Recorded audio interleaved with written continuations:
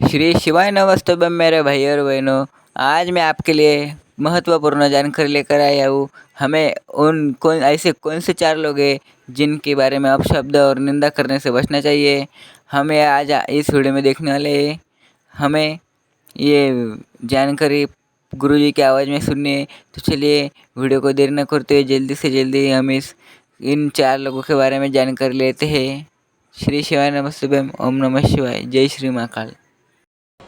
अगर बेटी का जन्म हो रहा है, किसी कुंवारी कन्या का, किसी कुंवारी बेटी का, किसी छोटी सी कन्या पर अगर आप गलत दृष्टि दे रहे हो, तुम छोटी सी कन्या पर अपनी गलत विचार रख रहे हो, छोटी सी कन्या पर गलत दृष्टि दे रहे हो, किसी कन्या के लिए तुम निंदा, चार निंदाओं को वर्जित किया गया है। ठीक है, बहुत ध्यान देना आज की कथा का, ये सूत्र अपने अंदर उतार कर रखना। चार निंदाओं को वर्जित किया गया। एक, सौभाग्यवती नारी, सुहागिन स्त्री, मांग में सिंदूर भरी हो, गले में मंगलसूत्र हो, हाथ में चूड़ा हो, पांव पैजनिया हो, किसी के घर की भी वो स्त्री हो, किसी के घर की भी वो नारी हो, वो किसी के घर की अगर मांग में सिंदूर भरी है, मंगलसूत्र पहनी है, चूड़ी पहनी है, बिछुड़ी पहनी है, सौभाग्यवती नारी की कभी निंदा नहीं करना चाहिए। दूसरी, गर्भवती नारी, किसी नारी का गर्भ है, गर्भ धारण करने के बाद उसका उदर, उसका पेट अधिक दिख रहा है, कम दिख रहा है, गर्भवती नारी हॉस्पिटल जा रही है, मार्ग से, रास्ते से, रोड से निकल कर जा रही है, उस गर्भवती नारी को देखकर कभी अपशब्द मत कहना, कभी निंदा मत करना। चार निंदाओं को वर्जित बताया है कि चार निंदा करने वाले व्यक्ति की दशा क्या होती है, वो भी आपको वर्णन कर रहे हैं। पहली, सौभाग्यवती नारी। दूसरी, बोलते जाओ जल्दी से, गर्भवती नारी। तीसरे नंबर पर कहा गया रोगीला व्यक्ति।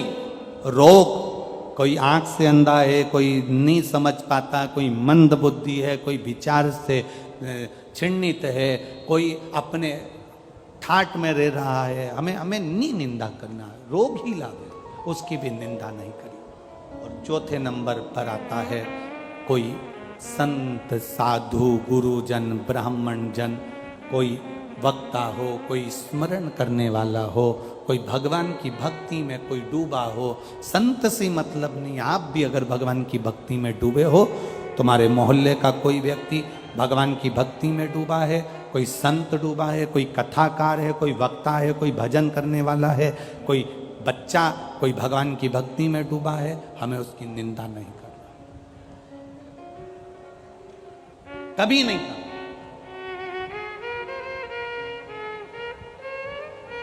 आज के जमाने में व्यासपीठ पर बैठकर लोग एक दूसरे की निंदा करते रहते हैं, कई लोग, और वहां सुनने वाले भी बैठे रहते हैं। उस समय पर खड़े होकर बोलना चाहिए आपको कि महाराज जी, हम यहां निंदा सुनने नहीं आए, हम यहां भगवान की कथा सुनने के लिए आए। व्यासपीठ पे बैठकर लोग दिन भर निंदा करते हैं, उस महाराज जी ने ऐसा बोला तो उसकी निंदा कर दी, उस महाराज जी ने ऐसा बोला तो उसकी निंदा कर दी। हम 3 घंटे का समय निकालकर अपने घर से चलकर कथा को सुनने के लिए आए हैं, किसी कथाकार की या किसी वक्ता की या किसी संत की निंदा सुनने के लिए नहीं आए। आप संत की बड़ाई करिए, संत का व्याख्यान करिए, पर निंदा ना करिए। निंदा नहीं श्रवण करना, हमें अपनी भक्ति में ये शिव महापुराण की एक अलग आनंद था। इस व्यासपीठ ने आज तक किसी की निंदा का क्रम ही नहीं करा। वो भगवत भजन जितना कर सकते हो, जितना स्मरण कर सकते हो, जितनी भक्ति कर सकते हो, जितना शिव तत्व को अपने अंदर उतार सकते हो उतना उतारो, जितना शंकर को अपना बना सकते हो उतना बना लो। ये कथा हमेशा बस शिव को पाने का तरीका बताती रही है। ये कथा कभी निंदा को करने के लिए जागरूक ही नहीं होती, क्योंकि समय नहीं है। तो कल आपको कथा में कहा था कि ये कथा में इतना है कि इसको बोले जाएं तो कम पड़ता है। इसीलिए तो आपने देखा होगा बहुत सारी कथाएं होती हैं जिसमें कथा के अंदर 2, 3, 4 भजन आ जाते हैं। पर आपने टीवी पर भी देखा होगा केवल एक ये कथा शिव पुराण की ऐसी होती है जिसमें भूल से एक आध भजन आ जाता है, और कभी कभी बाबा की कृपा हो जाए तो 2 भजन हो जाते हैं, नहीं तो भजन ही नहीं आता। कथा इतनी विस्तार।